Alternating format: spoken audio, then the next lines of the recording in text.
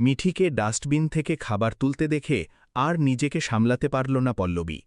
কিন্তু কেউ জানত না কয়েক মিনিটের মধ্যেই সবার সামনে ফাঁস হয়ে যাবে সানির ভয়ঙ্কর সত্যি।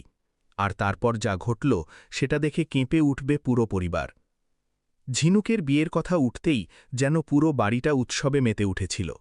যে যেভাবে পেরেছে সম্রাট খাসনবীর সম্পর্কে খোঁজখবর নিয়ে এসেছে। সবাই এক বাক্যে বলছিল, এমন ছেলে নাকি আজকাল পাওয়াই যায় না। শিক্ষিত, ভদ্র, বড়লোক পরিবারের ছেলে, আর ব্যবহারেও নাকি অসাধারণ। বাড়ির সবাই যখন সম্রাটের প্রশংসায় ব্যস্ত, তখন ঝিনুকের বুকের ভেতরটা যেন আরও ভারী হয়ে উঠছিল।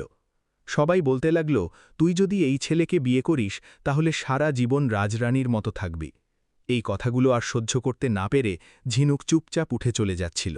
ঠিক তখনই শ্রীনিবাস ডেকে বলল, দাঁড়া, কোথায় যাচ্ছিস? আমরা তোকে জোর করছি না, তোর জীবন তোর সিদ্ধান্ত। তুই যদি না চাইস তাহলে এই বিয়ে এক পা এগোবেও না। তুই শুধু আমাদের খুলে বল তোর মনের কথা। ঝিনুক কিছুক্ষণ চুপ করে থেকে ধীরে বলল, বাবা, তোমরা যেমন সময় নিয়ে সবকিছু ভেবেছ, আমাকেও একটু সময় দাও। আমি এত তাড়াতাড়ি কিছু সিদ্ধান্ত নিতে পারব না।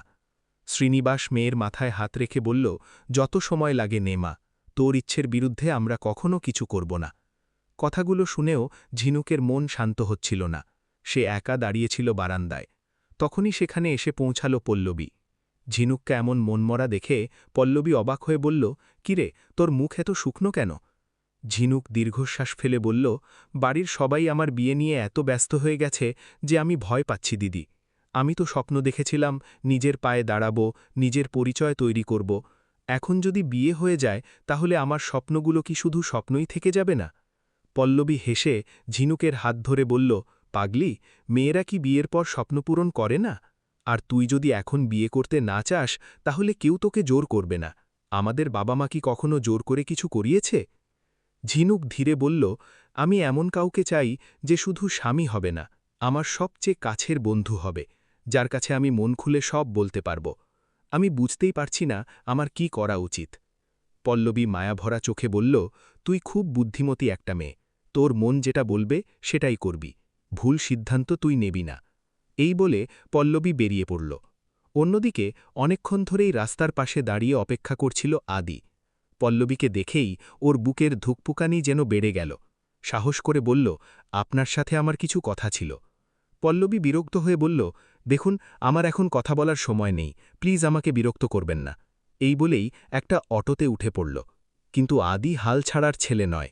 সে হেসে বলল, জীবনসঙ্গী হতে পারলাম না, অটোসঙ্গী তো হতে পারি। বলেই অটোর সামনে গিয়ে বসে পড়ল। পল্লবী বিরক্ত হলেও কিছু বলতে পারল না। অটোওয়ালা জিজ্ঞেস করল, দাদা, কোথায় যাবেন? আদি তো নিজেই বুঝতে পারছিল না কোথায় যাবে।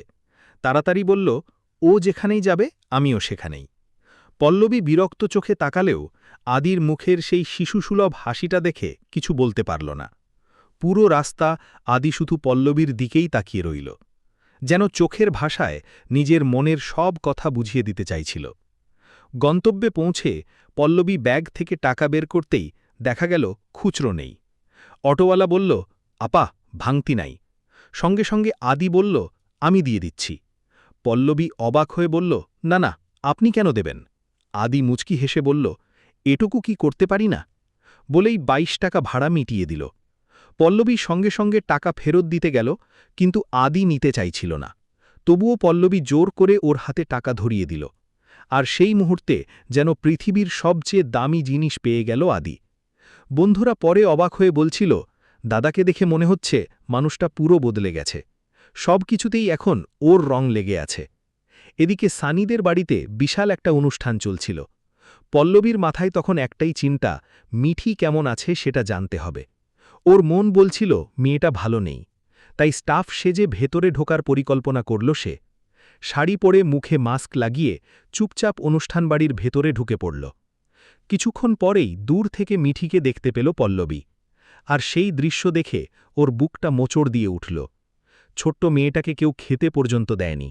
ক্ষুধায় কাতর হয়ে ডাস্টবিনের পাশে পড়ে থাকা খাবারের দিকে তাকিয়েছিল সে। চোখের জল আটকে রাখতে পারল না পল্লবী।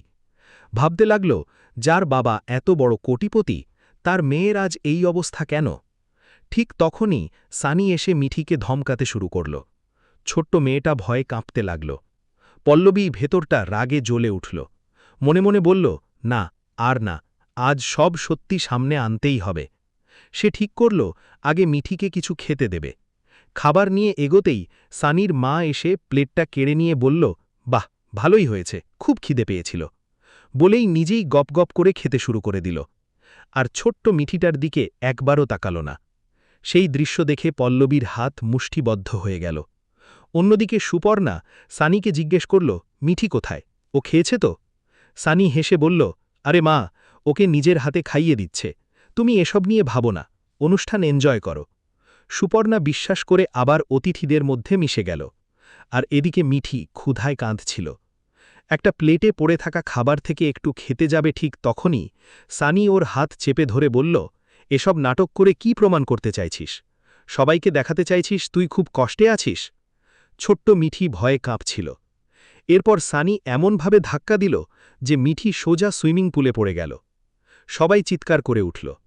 1 সেকেন্ডও দেরি করল না পল্লবী, ঝপ করে পানিতে ঝাঁপ দিল। কিছুক্ষণের মধ্যেই মিঠিকে কোলে নিয়ে উঠে এলো। মিঠি ভয়ে কাঁপতে কাঁপতে পল্লবীকে জড়িয়ে ধরল। ঠিক তখনই অবাক হয়ে বলল, তুমি এখানে? পল্লবী রাগে কাঁপতে কাঁপতে বলল, ভাগ্যিস এসেছিলাম, না হলে তোমাদের আসল চেহারা কখনো জানতে পারতাম না। এইটুকু একটা বাচ্চার সাথে কেউ এমন ব্যবহার করে?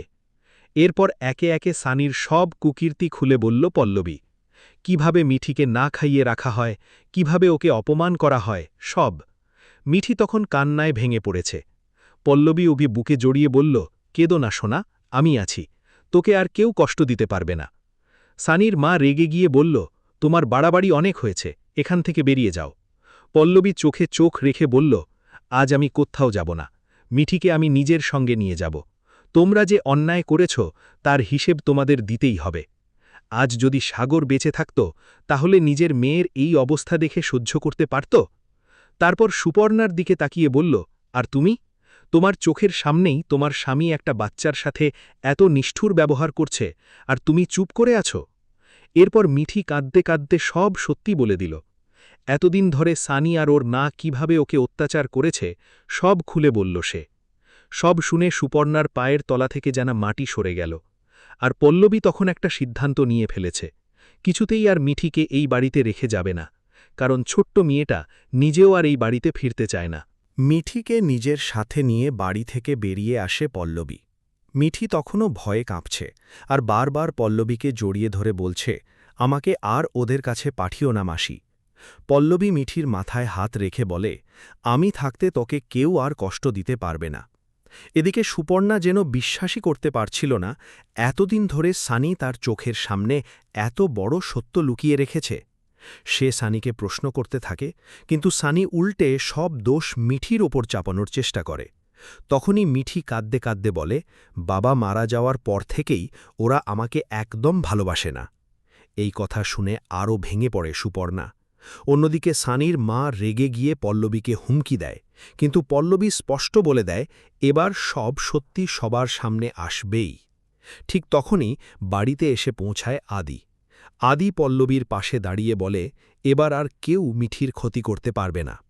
আদিকে দেখে সানি আরও রেগে যায়, কিন্তু পরিস্থিতি ধীরে ধীরে তার হাতের বাইরে চলে যেতে থাকে।